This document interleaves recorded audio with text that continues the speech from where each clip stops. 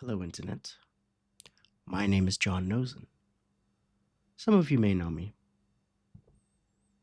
as a streamer, content creator, AMV maker, wholesome psychotic VTuber. But I'm also a writer.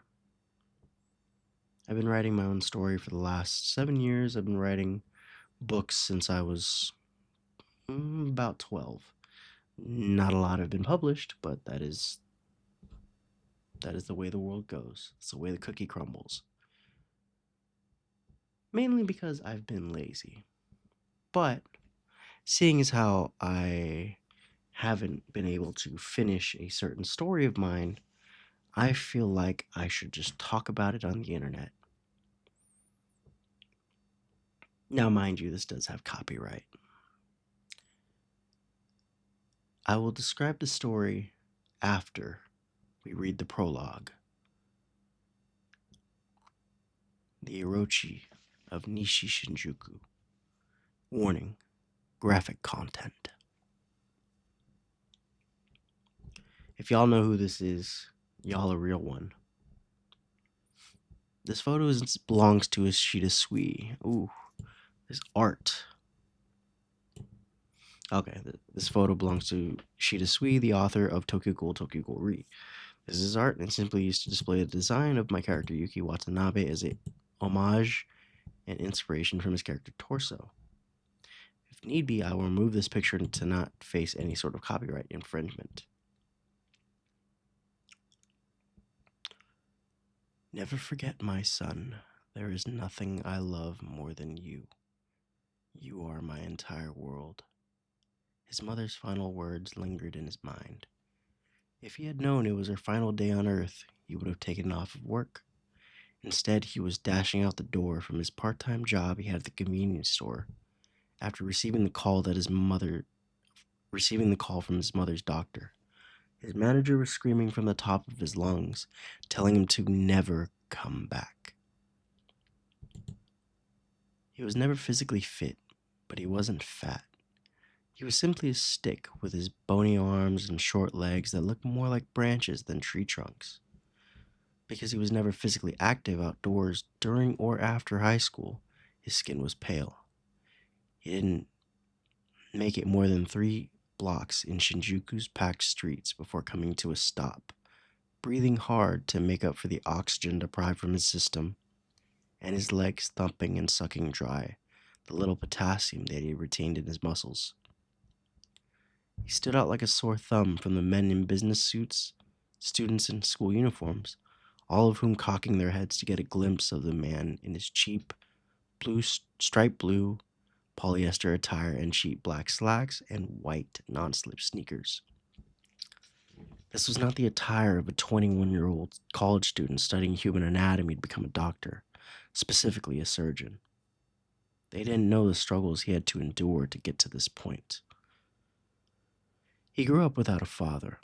His mother explained to him that the pair were madly in love in college. She was a girl from the countryside and her husband was from Osaka. Both happened to go to the same university in Tokyo, bumping into each other, simply trying to grab the same textbook in the library. They studied the book together, they were always together doing fun things that young people do. Within a year, they were married, and within another year, he was born. When he was a year old, his father was killed in an accident at the train station.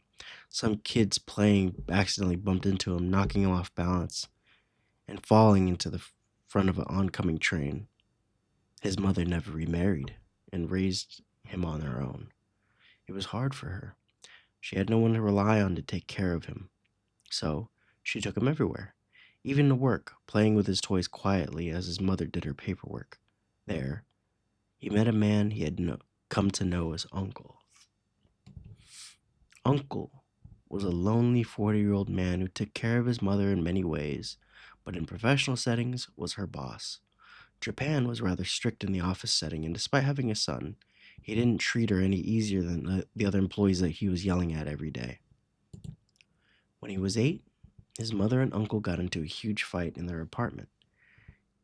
He was shoved into a corner and facing the wall after receiving a punch to the gut by the older man, listening to the screams emitting from his mother as the man was drunk and trying to take advantage of her. The struggle in the background continued as he cried softly. Then, the sounds stopped, the world silent.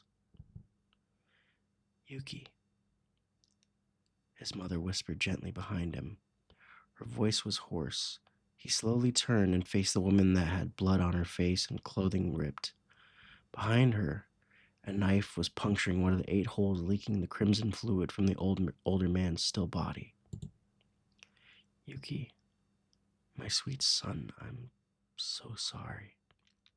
I'll never let anything like this happen again. To this day, he still don't know what happened to the body of Uncle, but the sight of the bloody tatami floor and Uncle's corpse were seared into his mind as he raised his hand, hailing a taxicab. More of his childhood memories flooded in. The authorities never came after his mother. Instead, happier times came as they moved to Nishi Shinjuku in a tiny one-bedroom apartment. The bedroom was his. Every morning she would wake him up from his bedroom with breakfast already prepared on the table. It was always different every day. Sometimes fish with rice, sometimes miso soup with rice and chicken. There was never a lack of food in the house.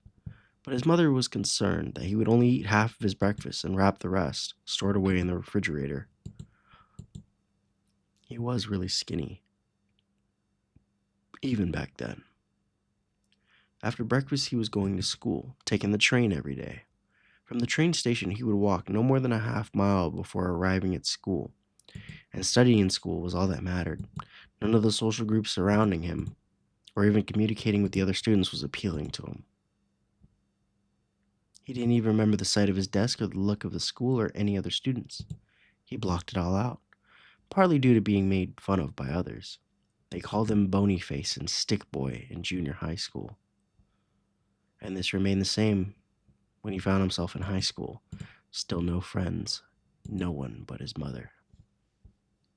Coming home the same route for years, he would eat his meal that he had left in the fridge from breakfast, studying and reading. Once he would take a break, he prepared dinner for his mother. Sometimes she came home early, sometimes later at night. But dinner was always ready for her, just as breakfast was always ready for him. She would spend an hour or two resting before going out to the surrounding neighborhoods, collecting garbage at night as a second job. He suggested to her the idea of getting a job and dropping cram school when he was 15 to lessen the burden on his mother's shoulders when she came home, stumbling and overworking herself.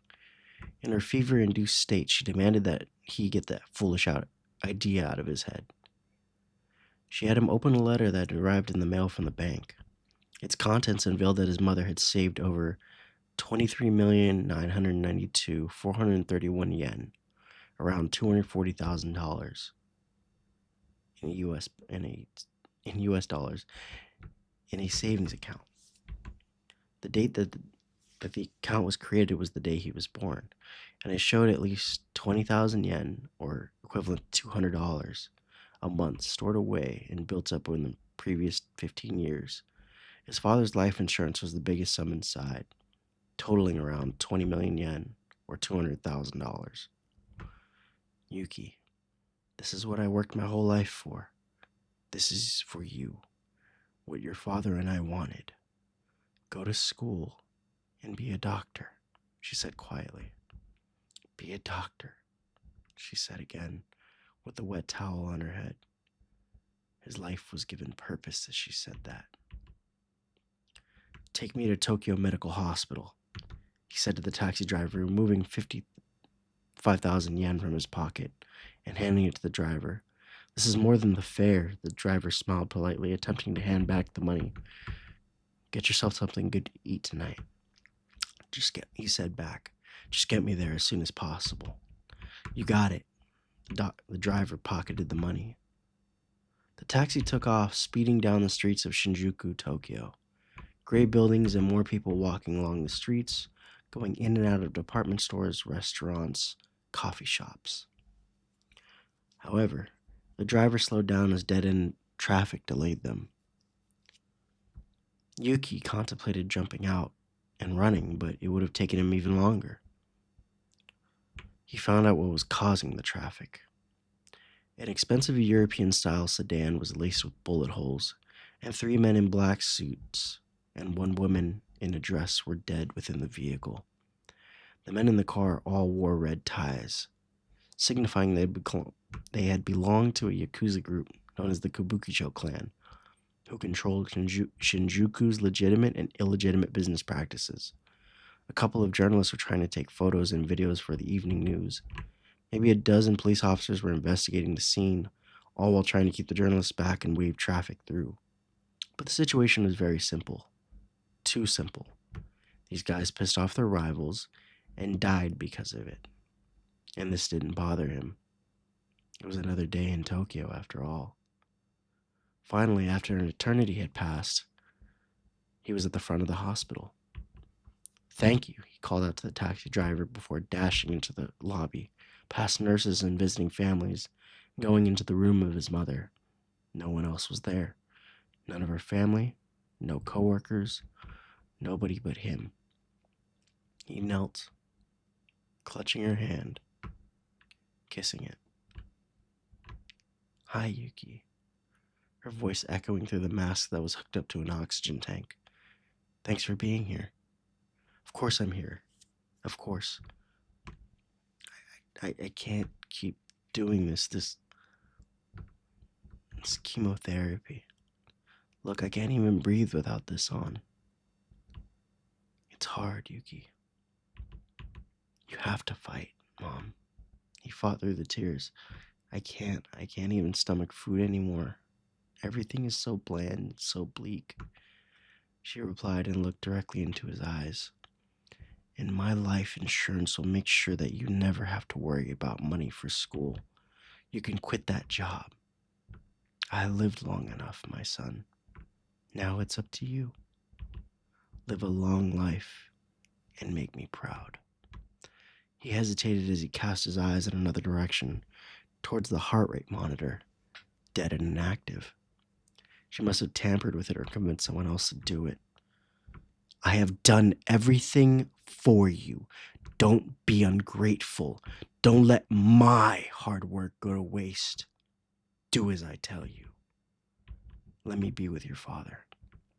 Her stern look changed to a smile at the end. He nodded, shutting his eyes and giving himself the chance to stall some time. He rose up, kissing his mother's cheek, then her forehead. "I'll miss you," he said quietly, his voice trembling as he tried to contain himself. "I'll always be with you. Never forget, my son. There's nothing I love more than you. You are my entire world." And he pulled down her oxygen mask. He had to listen to her gasp for air, shaking violently in her bed. He was crying and didn't open his eyes until she stopped moving, her eyes wide and her mouth open, staring at him. He opened his eyes as his back ached in the futon he slept on. It had been 11 years since his mother passed. He neatly folded his futon and put it away, lighting incense and kneeling before his mother's altar. Usually in Asian cultures, there's a mini shrine built in the home for the dead, praying for her soul. He then started his morning routine by getting his body unwound, circling his skinny arms and doing a few jumping jacks with his skinny legs before using the restroom, washing his face, and changing his clothes. Approaching the kitchen, he threw a cup of rice in a black pot, rinsing the rice by hand and draining the cloudy water. Rinsing and repeating 2 more times, he was satisfied and turned on the rice cooker.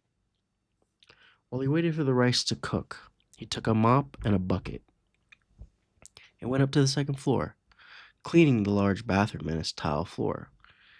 His former tenant on the second floor was a girl from the Scandinavian region with blonde hair and blue eyes, traveling to Japan on her own. She had lived there for 2 weeks, and she was gone after 2 weeks were up. She just disappeared when he awoke. 2 days ago, her things gone.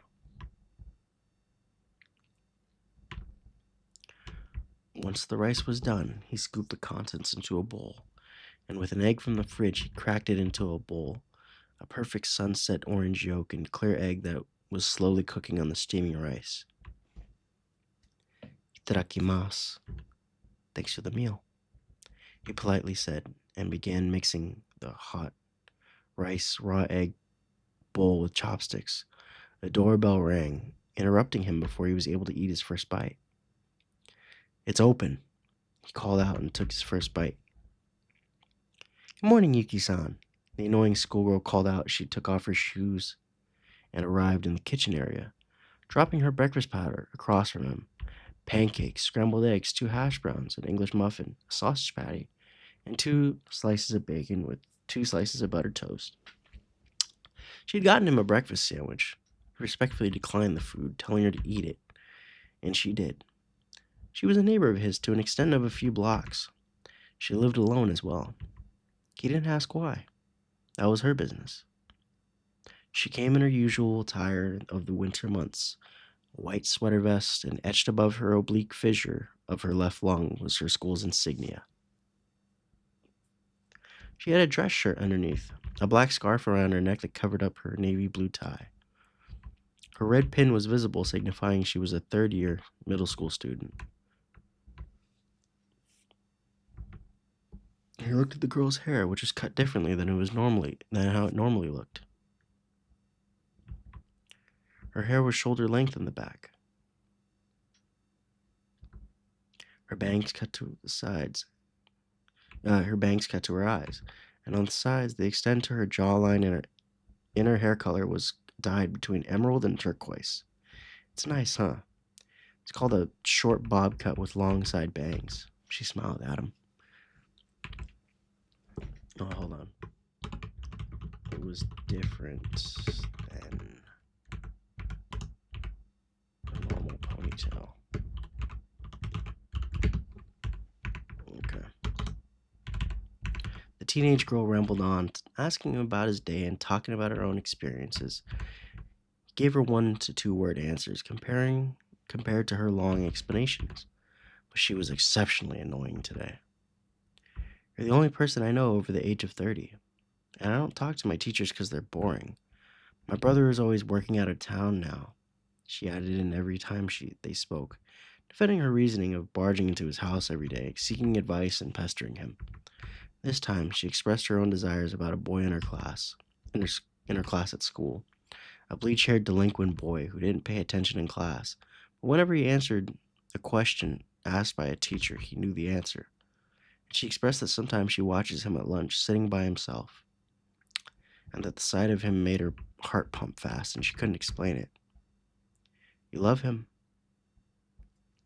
Putting his finished bowl into the sink. Well, I think so. The girl posed, thinking hard about it. It'll only hurt, he responded, even though he knew in his mind that it was none of his business to tell her this. Never love anyone. The girl's alarm chimed on her phone. Crap, I gotta go, she uttered, grabbing her bag and running towards the door. Buttered toast was hanging from her mouth as she looked back at him. Have a good day at work.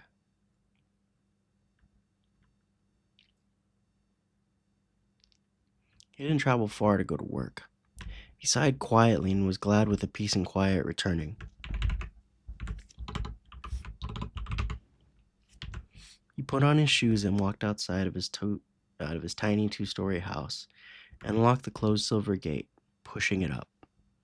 Many students were walking down his street. He flipped the sign from closed to open, and his bike shop was open for business. It was a productive morning. Many students came in the morning, as expected, renting the bikes for their allotted times of a week, a month, or even just a day. Or would often come to his store at this time to pay their weekly rent for the bike that they were borrowing or returning. Nothing out of the ordinary, except when it was around noon, all the students were long gone. While listening to the music in the background at the girl's request, the girl left him some jazzy hip-hop beats she managed to make at home, clearly a hobby of hers. He was fixing the handlebars of a bike as a pair of foreign tourists walked through the door.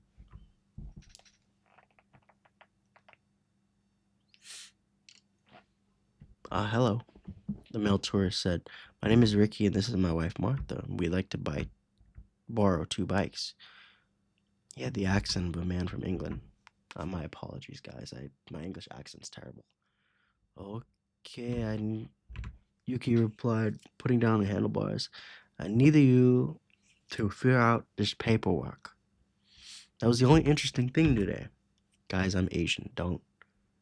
It's not racist. That was the only thing interesting today, having to speak English to some gaijin, or foreigners. They rented the bike, no problems. Avery returned it within a few hours, paying him what was contracted and walking away happily with a 5-star rating to his shop. Closing up shop for the day, the same annoying schoolgirl yet intruded without a sense of shame. She was dressed differently, wearing an oversized white t-shirt, a light magenta jacket, cheetah print pants, and white high-top basketball shoes that American kids wear. "Want to go to a street fair? It's only going to be here for another day," she asked him. "Sure," he uttered, shutting the gates to his shop. Nishi Shinjuku has been home to him for many years. Also home to Tokyo's metropolitan government buildings, a twin cathedral-like structure where Tokyo's elite policymakers reign supreme. He was a few blocks away from them. In front, the government approved of a street fair to take place. It would fill the pockets of opportunistic small business owners with the money of tourists exploring the city at this time, and those policymakers would take a cut. The girl chattered off again, much like a monkey. He didn't want to say it, though. The girl paid for her own purchases, as usual whenever she invited him on such escapades. She bought him an assortment of street food like takoyaki and dango. Jesus Christ. Dango. Takoyaki and dango. Some t-shirts and a pair of shoes for herself, to which she asked him to carry. He did so with a small nod and his fingers curled around the plastic bags of useless things that the girl had spent her hard-earned money on. The man walked along with the girl's things only to see her stop. She looked and spoke with a man who had jewelry lined up behind a glass case, her brown eyes set on a silver cross, alone by itself, away from any other jewelry. He watched as the girl scoured her pockets trying to find her money. "Here." The man reached into his breast pocket while balancing everything the girl had bought with one hand and paid the vendor $20, or 2,000 yen, with his free hand. "Thank you so much," the girl said from the bottom of her heart, looking at the cross in its black case. Throughout the night they spent together, she didn't even notice that he had helped her take her things to her apartment doorstep. Yeah, that's a little strange. To her doorstep. "Thanks," the girl uttered again, taking her things inside her apartment. To her apartment. "For this and for 3 years ago." "I see. It is that day, isn't it?" "Thank you for saving my life," the girl said before shutting the door. The man shrugged off the comment and quietly walked to his home, to his 2-story traditional house made of wood, a surviving artifact of old Tokyo. However, before he had the chance to walk back in, the old flip phone in his breast pocket began to vibrate. It was a timer he had set for himself. For the first time today, he smiled. Hold on, chat.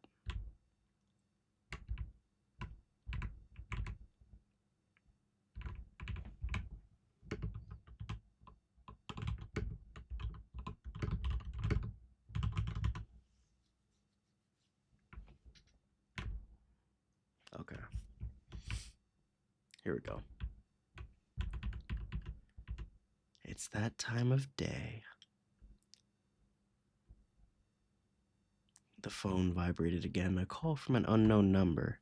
He let it trill once as excitement filled his heart before flipping it open. Answering the call from the girl's brother. "Orochi, gonna need you to come in. A car will pick you up shortly," the voice on the other line ordered, then hung up. "I was coming in anyway," he said to himself. He walked inside, grabbing his lab coat from the closet, and stood outside of his house, waiting every second of every minute with anticipation until the bright headlights appeared in front of his house, stopping He hopped into the back of the Japanese ambulance and closed his eyes as he waited to get to work, his real work, everything his mother had invested into him. The glow of nighttime Tokyo forced him to open his eyes. A city of neon lights, home to millions of people, the glow of other cars were all he could see from the back of the ambulance. He never understood how such a city could allure people from all over the world to see it. Disgusting, he said under his breath, shutting his eyes from it all, waiting impatiently until the vehicle stopped. He took in a fresh breath of the salty air as he climbed out of the ambulance, ecstatic as he came aboard the freighter. Finally, it was time. He changed into his lab coat with an extra apron wrapped around him and a surgical mask around his mouth.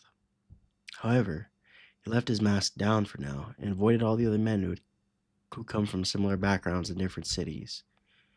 Arriving at the makeshift room 301, he put on his mask as he walked through the door. The room's layout was pretty tiny, made to look like a hospital room for checkup purposes. The entryway was narrow, but there was a ton of space after the tiny sink in the corner of the room, followed by a long shelf that ran along the side, a kit of tools provided for him. His patient laid in front of him, naked on her hospital bed with her mouth gagged and her limbs bound, the dried blood covered in gauze around her hip, where he worked on her the day before. Removing the gauze revealed the stitched up gash on the lower abdomen. His work, removing her right kidney. The camera was still there on its tripod. He hit record and walked towards his patient. Well, hello again. He smiled under his mask, observing his tray of scalpels and medical tools all lined up for him. So, where were we? It was his final day with his patient, his tenant who disappeared, and what ruined the entire situation for him was a knock on the door. A small man in a blue medical scrubs, too big for him, and a surgical mask too small for his large nose, stood in front of the door, handing him a piece of paper on a cardboard. From the black cart he was pushing, 4 medical containers capable of refrigeration were handed off to Yuki Watanabe. Written in both hiragana vertically and English horizontally were his assignments: heart, liver, lungs, and left kidney. It's from the boss, and make sure you fill out the proper blood type this time, Orochi, the timid man said quickly and began to push the cart filled with other boxes and assignments, handing him out to the next room in use. He had placed the label containers on the shelf next to the radio that he had left off. Removing the gag from the woman's mouth, he took a deep breath with his scalpel in hand and began carving into the girl's side, listening to her screams, the real music to his ears rather than the Beethoven he usually plays. And that was all that mattered. Nothing else. Not after his mother passed away. It didn't matter he was going to be paid a lump sum in untraceable American dollars for his expertise and precision in delicate hands. Nothing in his life mattered except for this moment. Not the bike shop he runs, not the annoying schoolgirl who frequently visits him. None of that mattered to him, because it wouldn't bring his mother back. All he could do was succumb to this fiending addiction. The girl didn't matter all that much to him either. She may be worth a profit to his employers, and her organs were going to save lives. But to him, she was nothing. Just a waste of space in an overcrowded city with nothing going for her. No plan, no future, full of desire and no chance of rehabilitation. Another young adult wasting her life away. Just another dead end in Tokyo.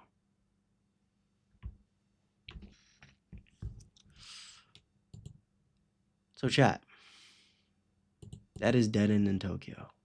That is how we started. Dead End in Tokyo, it's an episodic series focused around 10 main characters and their interactions within the metropolis of Tokyo within a 5-day period. It's Pulp Fiction meets Kill Bill and the hit TV series Power, as well as Tokyo Vice and The Outsider. Every character is a young adult, has purpose and drive or lack thereof, and their actions reveal a larger conspiracy taking place within the city. All 10 characters are trying to one up each other and survive in a dog eat dog criminal underworld. And the simple fact that if they weren't scheming and just told the truth to each other, they could avoid the events of this story. A tragic coming of age story for all 10 characters. Some will attempt to rise from nothingness, while those at the top try to cling to their power in a world that reflects our own. With stories of life in the 21st century inner cities, it is simply a matter of whether you end up a dead end in Tokyo. In a dead end in Tokyo. Figuratively, as you are stuck in your life with no way out, or literally as your body is being scraped off the curb by paramedics. This crime-ridden series can be read in any order. Now, that was the original plan, was that I wanted to make 5 books, but I'm going to just simply make it one book with everybody's characters or everybody's POV kind of just jumping back and forth. One arc hints the others and spoils some of the other characters' actions, inviting you to read their stories and understand more and more of this massive conspiracy being unveiled person by person. As if hearing it from the eyes of a person, as if from the eyes of a person hearing this for the first time or an investigative journalist looking for leads. The themes involved prostitution, sex trafficking, drug trafficking, human trafficking, organ harvesting, dark web, getting into and out, escaping the gangster lifestyle, children of prominent families filling into the expectations, duties placed upon them, choosing between the consequences of absolute freedom versus being controlled, 6 degrees of separation, the strength of family blood versus the families formed through trauma, loyalty, and betrayal are 2 sides of the same coin. So, what is all this about? Mainly, let me pull it up. It's mainly about a series of 10 characters and their interactions in Tokyo that lead a gradual push in a 5-day period from beginning to end. Whether or not it means the end of their lives, figuratively, physically, metaphorically, whatever will have you.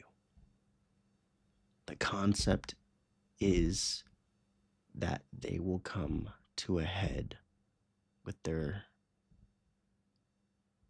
dreams, ambitions, or whatever it is that they seek.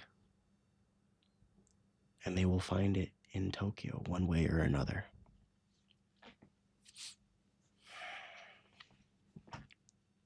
Here's the main character of this story. Well, there is no main character. Tokyo itself is the main character. Any one character can consider themselves a main character within this story. Now it's just a matter of, can you trust them? Can you trust each other? Aiko Tachibana is a college dropout, moving to Tokyo to chase her dream of becoming a musician. Her story begins to intertwine with the many that reside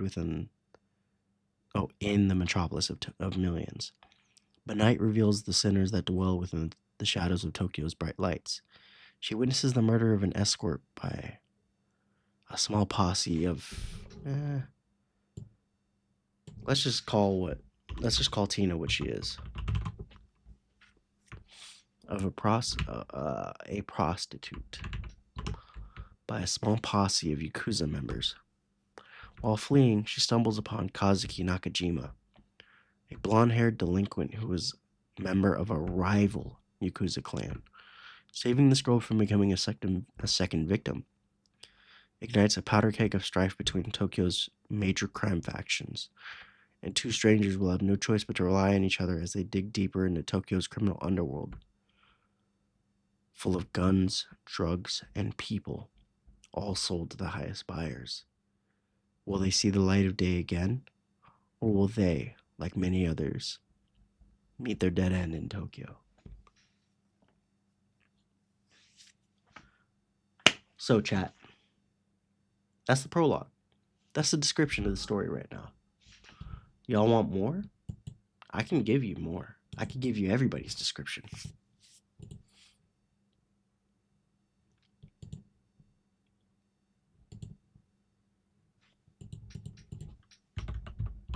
Oops. Feel bad. Feel bad I kind of leaked somebody's email. I'll change it. I'll take that out. All right. Tina Saito is a college student studying abroad in Tokyo. Raised by a single father, she's determined to get her degree and have him retire from a lifetime of work.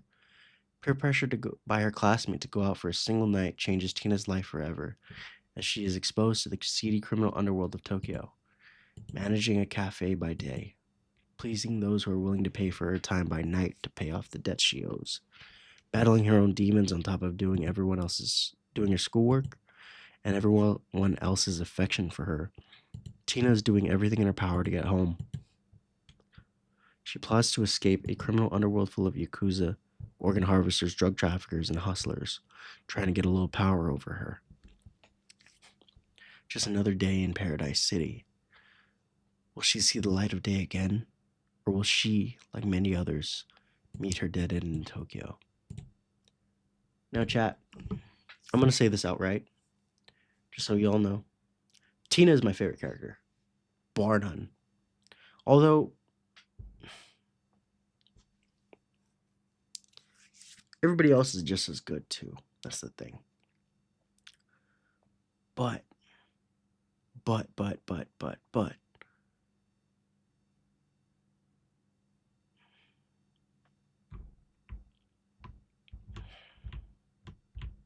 I don't know.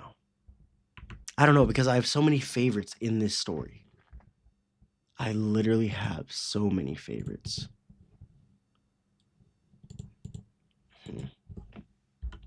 Oops. I'm revealing something. Oops.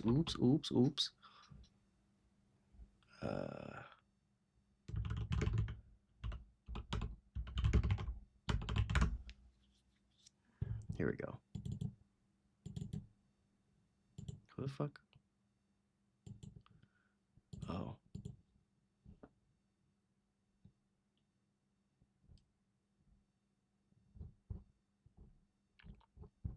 Oh shit. I forgot about this. Yo, this is gonna be good. This is gonna be good. Anyways, I forgot about this. Dude, oh my god, so much of this story is gonna be so lit. Alright, case file 4. So there's just many different characters within the story that are, quite frankly, just epic ass characters.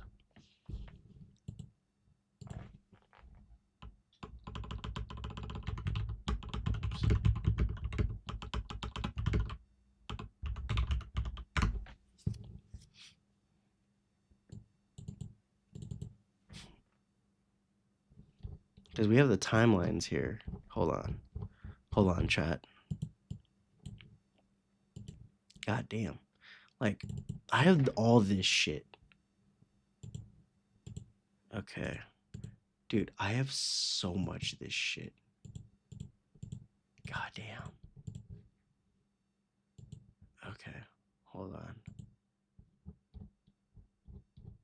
Yeah.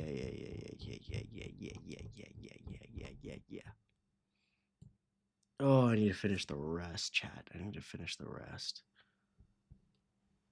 Oh my god, this is gonna... I'm actually really hyped for this. Oof. Just reading my older shit, man, is just getting to me. Oh. There we go. Fuck yeah. Okay. Okay. So there's multiple case files, okay? I was just looking for this one. Case file 3. Okay. So basically the way I plan this out is that there's going to be multiple like covers and back covers and stuff like that with the descriptions and stuff. I want to make the same book but have different covers. I want to see which one sells better. So that way, no matter who it is that picks up this book, it's going to appeal to you. You get what I'm saying? Like it's gonna be dope if one cover, if there's 5 copies of the book, but all of them have different covers. It also gives you a chance to, consider collectors. But anyways, Case File 3: The Sandman of Ueno and the Professional of Roppongi. For the previous 14 years, Ishida Akiyama has served as Yakuza clan faithfully as an enforcer and as a young Oyabun or a Don. However, he takes notice of the splintering factions struggling for succession within his clan. He dreams of a life outside of his gang. An opportunity once stolen from him has been ridiculed by his fellow underlings for having a day job as a secretary at a law firm. Yet he still looks after those who look up to him, as any older brother should. Now a situation brews amongst Tokyo's criminal underworld, where he must choose between his future and the future of his clan. A future that might need to involve Yuto Kimura, the professional of Roppongi, an enemy of his clan and the most capable man of helping Ishida accomplish both, if he can put the past behind him and pave the way towards a future. Will they see the light of day again, or will he, like many others, meet their dead end in Tokyo? And then Case File 4 is so interesting, chat. Case File 4 is so fun. A simple job to make extra money is what Subaru Oki had in mind when he drove to Tokyo with his old high school friends. However, his friends roped him into a scheme to kidnap women and traffic drugs into the greater Tokyo area. His life is turned upside down when a rival criminal organization gets wind of their operation and punishes the trio. Subaru is condemned to a fate worse than death, a normal paying job. A taxi driver that carries contraband of sorts while driving around customers and evading parking tickets. Left with nothing to his name except his car, his goals, and minimal knowledge of a city he's never been to, Subaru will have to navigate his way through an octane-fueled crash course of criminal activity if he wishes to not only succeed, but survive. Will he see the light of day again, or will he, like many others, meet his dead end in Tokyo? Chat. I'm a big fan of Subaru. Okay, not only Subaru WRX Imprezas, STI Imprezas. Okay, but the fact of the matter is, bro, is that Subaru is, quite frankly, like the Jesse of Breaking Bad ish. Now that I think about that comparison, it's probably a really shitty one. Subaru is by far one of my favorite characters, chat, in this story.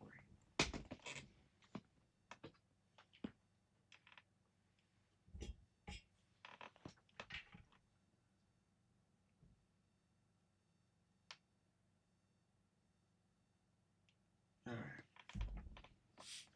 But yeah, that's that. Alright. Last but not least, this is dedicated to Avi.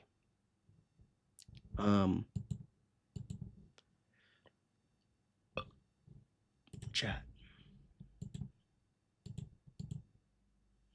Well, never mind. But, Avi, I know you're going to be watching this, and all of chat as well. I appreciate all of you for taking the time to listen to this video. I appreciate every single one of you. And we're going to be doing this twice a week from now on. I'm going to be sitting here and doing all this and whatnot. But I appreciate every single one of you for taking the time. It's been your boy, John Nosen. Have a good night, chat.